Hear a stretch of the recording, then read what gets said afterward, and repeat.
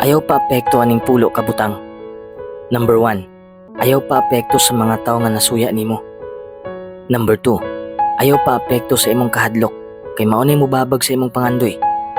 Number 3. Ayaw paapekto sa mga tawo nga nang judge nimo kay di ka makapokus sa imong padulungan. Number 4. Ayaw paapekto sa imong pagduda sa imong kakayahan kay makaya na nimo kung nakay salig sa Dios. Number 5.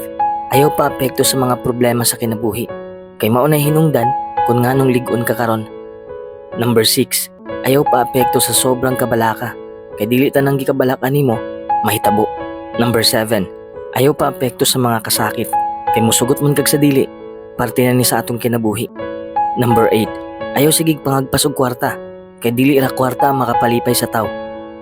Number 9. Ayaw ikumpara imong kaugalingon sa uban kay kanang nakita nimo sa ila, highlights lang na sa ilang kinabuhi. Wa nimo nakita ang behind the scenes. Number 10. Ay i-please ang mga tawo kay dili tanan ma-please nimo.